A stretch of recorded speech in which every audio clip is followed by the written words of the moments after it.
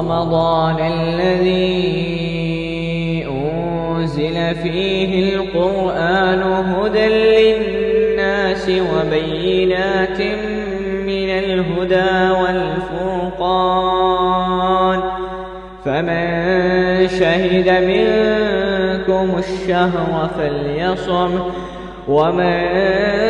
كان مريضا أو على سفر فعدة من أيام أخر يريد الله بكم اليسر ولا يريد بكم العسر ولتكملوا العدة ولتكبروا الله على ما هداكم وَلَعَلَّكُمْ تَشْكُرُونَ اعوذ باللہ من الشیطان الرجیم بسم اللہ الرحمن الرحیم قد سمع اللہ قول التی تجادلک فی زوجها یقیناً اللہ نے اس عورت کی بات سن لی جو تجھ سے اپنے شوہر کے بارے میں جھگڑ رہی تھی اور اللہ کی طرف شکایت کر رہی تھی اور اللہ تم دونوں کی گفتگو سن رہا تھا۔ بے شک اللہ سب کچھ سننے والا، سب کچھ دیکھنے والا ہے۔ وہ لوگ جو تم میں سے اپنی بیویوں سے زہار کرتے ہیں وہ ان کی مائیں نہیں ہیں، ان کی مائیں ان کے سوا کوئی نہیں جنہوں نے انہیں جنم دیا، اور بلا شبہ وہ یقیناً ایک بری بات اور جھوٹ کہتے ہیں، اور بلا شبہ اللہ یقیناً بے حد معاف کرنے والا، نہایت بخشنے والا ہے۔ السلام علیکم ورحمۃ اللہ وبرکاتہ۔ دورہ قرآن میں آج ہم 28ویں پارے کا مطالعہ کریں گے، اور 28ویں پارے کے آغاز میں ہی سورۃ مجادلہ ہے، اور سورہ مجادلہ کے آغاز میں اللہ تعالیٰ نے سیدہ خولہ بنت سلوہ رضی اللہ تعالیٰ عنہما کا واقعہ ذکر کیا ہے، جن کے شوہر نے ناراضگی میں ان کو کہہ دیا تھا کہ تم میرے لیے میری ماں کی پشت کی طرح ہو۔ عربوں میں اس وقت غصے میں اپنی بیوی کو اپنی ماں یا اس کی پشت سے تشبیہ دینے کو زہار کہتے تھے۔ نزول وحی کے پہلے ادوار میں زہار کی وجہ سے بیوی اپنے شوہر پر حرام ہو جاتی تھی، چنانچہ سیدہ خولہ رضی اللہ تعالیٰ عنہما کو اس امر پر بہت تشویش لاحق ہو گئی کہ اگر وہ اپنے شوہر پر حرام ہو گئی تو چھوٹے بچوں کا کیا بنے گا۔ وہ اس معاملے پر رہنمائی حاصل کرنے کے لیے نبی کریم صلی اللہ علیہ وسلم کی بارگاہ میں حاضر ہوئیں، تو آپ صلی اللہ علیہ وسلم نے بھی اس مسئلے پر رخصت دینے سے انکار فرما دیا۔ سیدہ خولہ اس مسئلے پر آپ صلی اللہ علیہ وسلم سے مزید بات کرنا چاہتی تھیں، تو نبی کریم صلی اللہ علیہ وسلم نے ان سے اعراض کر لیا۔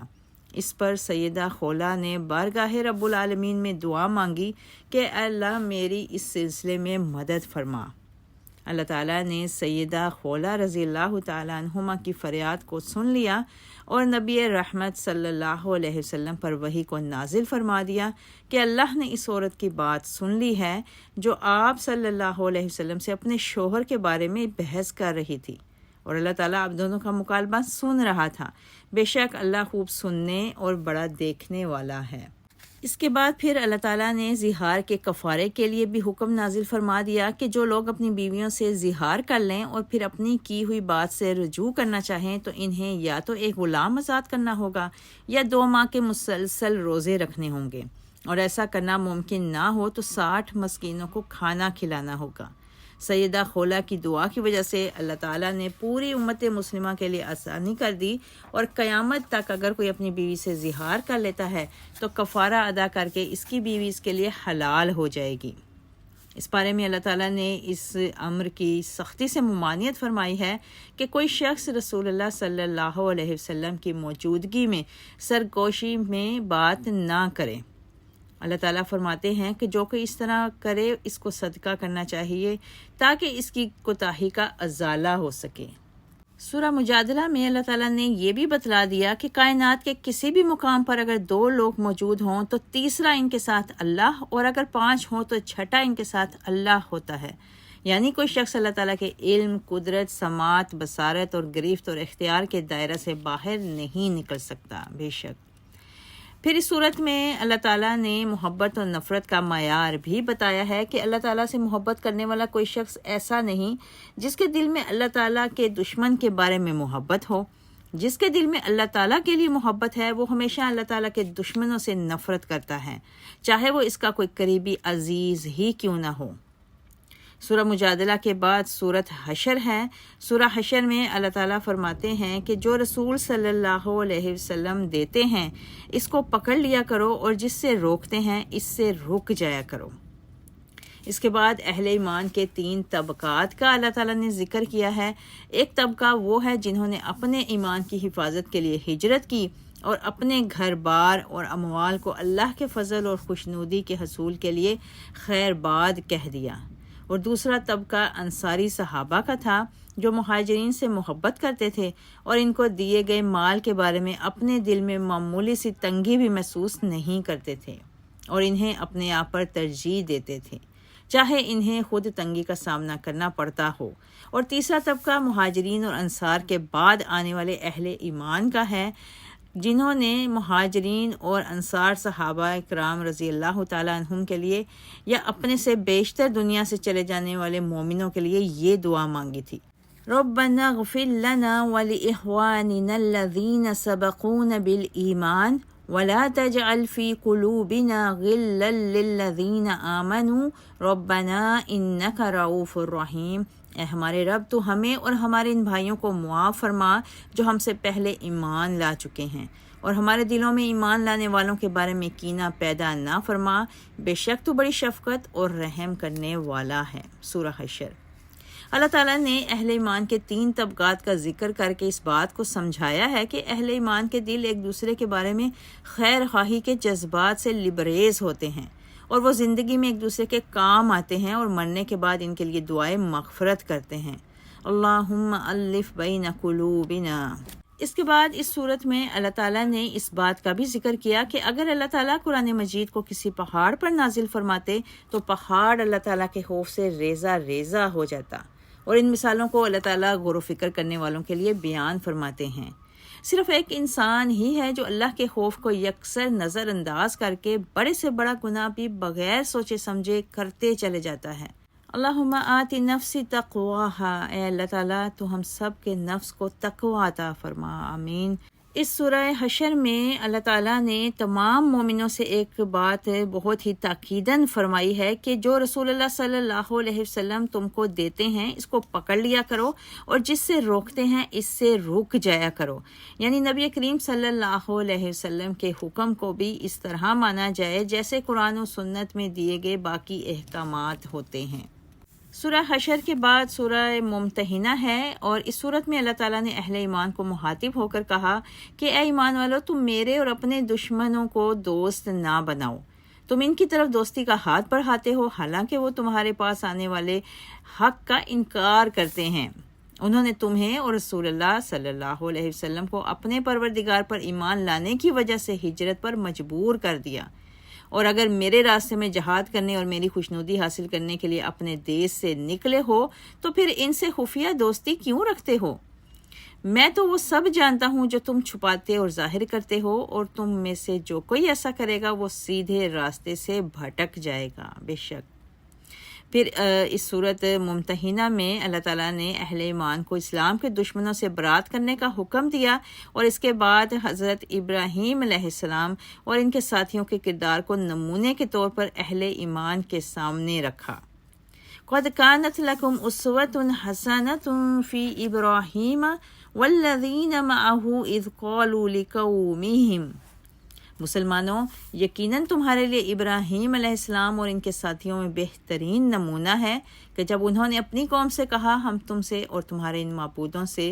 جن کو اللہ کے سوا پوجتے ہو برات کا اظہار کرتے ہیں، ہم تمہارا انکار کرتے ہیں اور ہمارے اور تمہارے درمیان عداوت کی ابتدا ہو چکی ہے، یہاں تک کہ تم اکیلے اللہ پر ایمان نہیں لے آتے۔ اس کے بعد اس صورت میں اللہ تعالیٰ نے اخوت اسلامی پر زور دیا، یعنی اہل ایمان کو محبت اور نفرت علاقے، رنگ، نسل اور جغرافیے کی بنیاد پر نہیں بلکہ عقیدہ توحید کی بنیاد پر کرنی چاہیے، اور اس تصور کو ہی تصور اخوت کہتے ہیں کہ پوری دنیا میں بسنے والے اہل ایمان یعنی امت مسلمہ ایک جسد واحد یعنی ایک جسم کی مانند ہیں کہ اگر جسم کے کسی ایک حصے کو تکلیف لاحق ہوتی ہے تو پورا جسم اس کا درد محسوس کرتا ہے۔ اور اس صورت میں اللہ تعالیٰ نے یہ بھی بتا دیا کہ وہ کافر جو مسلمانوں کے ساتھ اچھا سلوک کرتے ہیں اور ان کے خلاف سازشیں نہیں کرتے، ان کے ساتھ اچھا سلوک کرنا چاہیے، اور جو کافر مسلمانوں کے خلاف سازشیں کرتے ہیں ان کے ساتھ سختی والا معاملہ کرنا چاہیے۔ اللہ تعالیٰ نے مسلمان عورتوں کے نکاح کو کافر مردوں کے ساتھ ناجائز قرار دیا، اور یہ بھی بتایا کہ اگر کافر عورت ہجرت کر کے اہل ایمان کے پاس آ جائے تو اہل ایمان کو حق مہر ادا کرنے کی صورت میں اس عورت کے ساتھ نکاح کرنے کی اجازت ہے۔ اللہ تعالیٰ نے اس صورت کے آخر میں بتایا کہ اگر کافر عورت مسلمان ہونے کے لیے آئے تو اس سے بیعت لینی چاہیے کہ شرک نہیں کرنا، اپنی اولادوں کو قتل نہیں کرنا، چوری نہیں کرنی، بدکاری نہیں کرنی، کسی پر جھوٹی تہمت نہیں لگانی اور نیکی کے کاموں میں نافرمانی نہیں کرنی، اور اگر وہ بیعت لے لیں تو ان کو دائرہ اسلام میں داخل کر لینا چاہیے اور ان کے لیے بخشش کی دعا مانگنی چاہیے۔ سورہ ممتحنہ کے بعد سورۃ صف ہے، اور سورۃ صف میں اللہ تعالیٰ نے حضرت موسیٰ علیہ السلام کا ذکر کیا کہ انہوں نے اپنی قوم سے کہا کہ اے میری قوم، تم مجھے کیوں اذیت دیتے ہو، حالانکہ تم جانتے ہو کہ میں تمہارے لیے اللہ کا رسول بنا کر بھیجا گیا ہوں۔ پس جب وہ ٹیڑھے ہوئے تو اللہ نے ان کے دلوں کو مزید ٹیڑھا کر دیا، اور اللہ فاسق قوم کو ہدایت نہیں دیتا۔ مزید اللہ تعالیٰ نے حضرت عیسیٰ علیہ السلام کا ذکر کیا کہ انہوں نے بنی اسرائیل کو مخاطب ہو کر کہا کہ میں تمہاری طرف اللہ کا رسول بنا کر بھیجا گیا ہوں، اور میں تصدیق کرتا ہوں کہ اس تورات کی جو مجھ سے پہلے آ چکی ہے، اور اپنے بعد آنے والے ایک رسول کی خوشخبری دیتا ہوں جس کا نام احمد ہوگا۔ جب حضرت عیسیٰ علیہ السلام بنی اسرائیل کے پاس اللہ کی واضح نشانیاں لے کر آئے تو انہوں نے کہا کہ یہ تو کھلا جادو ہے۔ نبی کریم صلی اللہ علیہ وسلم کے دو ذاتی نام ہیں، ایک محمد اور ایک احمد۔ حضرت عیسیٰ علیہ السلام نے آپ کی آمد سے قبل ہی آپ کی آمد کی خوشخبری دے دی تھی، اور کائنات کے لوگوں کو یہ بات سمجھا دی تھی کہ ان کے بعد کائنات کے لوگوں کی رہنمائی کا فریضہ جناب محمد رسول اللہ صلی اللہ علیہ وسلم انجام دیں گے۔ اور سورہ صف کے آخر میں اللہ تعالیٰ نے ارشاد فرما دیا کہ اللہ تعالیٰ نے رسول کریم صلی اللہ علیہ وسلم کو ہدایت اور دین حق کے ساتھ مبعوث کیا تاکہ دین اسلام کو باقی تمام ادیان پر غالب کر دیا جائے، اور یہ کہ اللہ تعالیٰ ان لوگوں سے محبت کرتا ہے جو اللہ کے راستے میں سیسا پلائی دیوار کی طرح صف باندھ کر لڑتے ہیں۔ اس کے بعد سورہ جمعہ ہے، اور سورہ جمعہ میں اللہ تعالیٰ نے یہود کے ان علماء کا ذکر کیا ہے جو تورات کو پڑھتے تو ہیں لیکن اس پر عمل نہیں کرتے۔ اللہ تعالیٰ فرماتا ہے کہ ان کی مثال ایسی ہے جیسے گدھے پر کتابوں کو لاد دیا جائے، جو کتابوں کا بوجھ تو اٹھا سکتا ہے لیکن اس کے معنی اور مفہوم کو نہیں سمجھ سکتا۔ سورہ جمعہ میں آداب جمعہ بھی بتائے گئے ہیں کہ جب جمعے کی اذان ہو تو کاروبار چھوڑ کر فوراً جمعے کی طرف متوجہ ہو جانا چاہیے، اور جب جمعہ کی نماز کو ادا کر لیا جائے تو کاروبار کرنے کی اجازت ہے۔ تاہم کاروباری مصروفیات کے دوران میں کثرت سے اللہ تعالیٰ کا ذکر بھی کرنا چاہیے تاکہ انسان کامیاب ہو جائے۔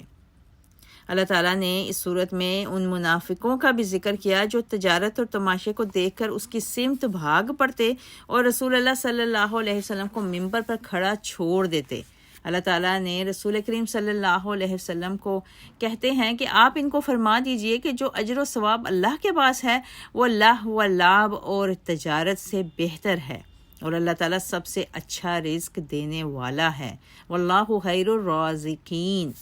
سورہ جمعہ کے بعد سورہ منافقون ہے، اور اس صورت میں اللہ تعالیٰ نے اس بات کا ذکر کیا کہ منافق نبی کریم صلی اللہ علیہ وسلم کے پاس آ کر زبان سے شہادت دیتے تھے کہ آپ اللہ کے رسول ہیں۔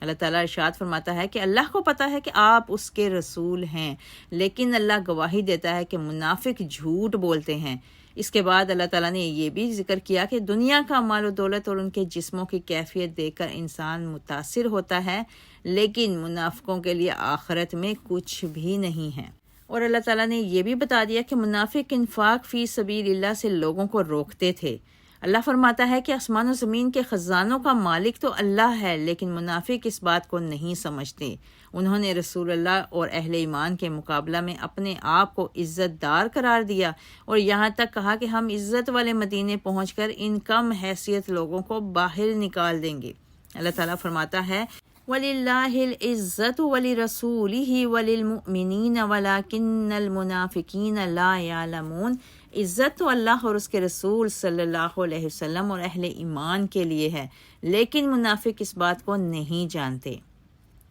اللہ تعالیٰ نے اپنے راستے میں خرچ کرنے کی تلقین کرتے ہوئے صورت میں فرمایا کہ موت کی آمد کے بعد اعمال کا سلسلہ رک جائے گا اور آدمی حسرت کرے گا کہ کاش مجھے موقع مل جاتا اور میں اللہ کو راضی کرنے کے لیے صدقہ و خیرات کر لیتا اور نیکوکار بن جاتا، لیکن اس وقت اس کے بس میں کچھ نہیں ہوگا۔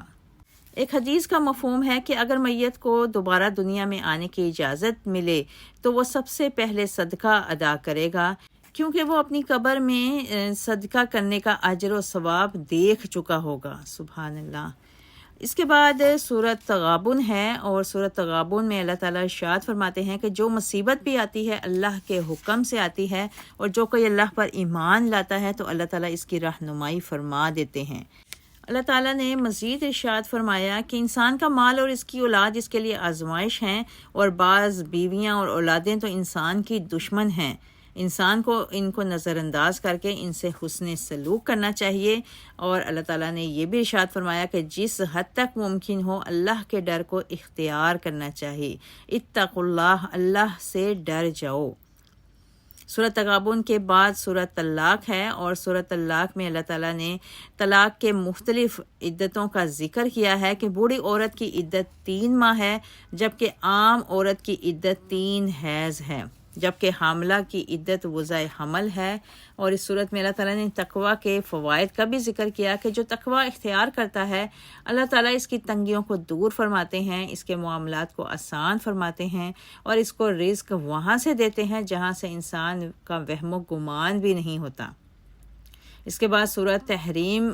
کا آغاز ہوتا ہے، اور سورۃ تحریم میں اللہ تعالیٰ نے اس واقعے کو بیان کیا کہ جب امہات المومنین میں سے بعض نے جذبہ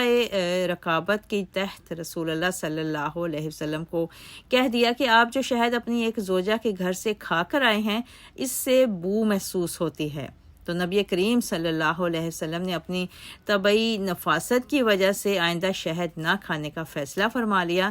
اس پر اللہ تعالیٰ نے نبی کریم صلی اللہ علیہ وسلم پر اس وحی کا نزول فرمایا کہ آپ اپنی ازواج کی رائے کی وجہ سے اس چیز کو حرام نہ فرمائیں جس کو اللہ نے آپ کے لیے حلال کیا ہے۔ حلال اور حرام کا فیصلہ صرف اللہ کا اختیار ہے۔ سورہ تحریم میں اللہ تعالیٰ نے کامیابی کا معیار بھی بتا دیا ہے کہ اللہ تعالیٰ نے کامیابی کو ایمان و عمل سے مشروط کیا ہے، اور اہل ایمان کو سیدنا نوح اور سیدنا لوط علیہ السلام کی بیویوں کا حوالہ دیا ہے کہ وہ نبیوں کی رفاقت میں رہ کر بھی اپنی بد عملی کی وجہ سے ناکام ہو گئیں، اور ان کے مد مقابل فرعون کی بیوی آسیہ سلام اللہ علیہا کامیاب اور کامران رہیں، اس لیے کہ انہوں نے اپنے ایمان کے تحفظ اور بقا کے لیے جام شہادت کو نوش فرما لیا تھا۔ اسی طرح سیدہ مریم سلام اللہ علیہا بھی کامیاب رہیں کہ جنہوں نے اللہ کی بندگی کو اختیار کیا اور اپنے کردار کو ہر طرح کی آلودگی سے بچا لیا۔ چنانچہ اللہ تعالیٰ نے ان کی ذات کو قیامت کے لیے زندہ و جاوید بنا دیا، اور ان کے بطن سے سیدنا عیسیٰ علیہ السلام کو پیدا فرما دیا، جو اللہ تعالیٰ کی نشانیوں میں سے ایک بہت بڑی نشانی تھے۔ ان نبیوں اور ان کی بیویوں کی مثالوں کو دیکھ کر ہمیں پتہ چلتا ہے کہ نیکی کے گھر میں بدی اور بدی کے گھر میں نیکی کو لانا اللہ کے اختیار میں ہے، اور نبیوں کی نافرمان اور کافر بیویوں کی مثال دیتے ہوئے اللہ تعالیٰ نے بتا دیا کہ اگر کوئی اللہ اور اس کے رسولوں کی نافرمانی کرے گا تو وہ اللہ کے عذاب سے کسی صورت نہیں بچ سکتا، چاہے وہ نبی کا رشتہ دار ہی کیوں نہ ہو۔ اللہ تعالیٰ سے دعا ہے کہ اللہ تعالیٰ ہمیں قرآن مجید میں مذکور یہ تمام واقعات سے نصیحت حاصل کرنے کی توفیق عطا فرمائے، اور اللہ تعالیٰ قرآن مجید کو ہماری آنکھوں کا نور، ہمارے دلوں کی بہار اور ہمارے غموں اور دکھوں کا ازالہ بنا دے۔ اللہ تعالیٰ ہم سب کے روزوں کو، ہمارے قیام کو، ہمارے رکوع اور سجود کو اللہ تعالیٰ قبول فرمائے، اور اللہ تعالیٰ ہم سب کی اس ماہ رمضان میں مغفرت فرما دے۔ آمین یا رب العالمین۔ وآخر الدعوانا ان الحمد للہ رب العالمین۔ سبحان ربک رب العزت عما یصفون والسلام علی المرسلین اللهم تقبل منا صيامنا وقيامنا وصلاتنا وأذكارنا ودعاءنا وقراءتنا للقرآن. اللهم تقبل منا صيامنا وقيامنا وصلاتنا وأذكارنا ودعاءنا وقراءتنا للقرآن. اللهم تقبل منا صيامنا وقيامنا وصلاتنا وأذكارنا ودعاءنا وقراءتنا للقرآن.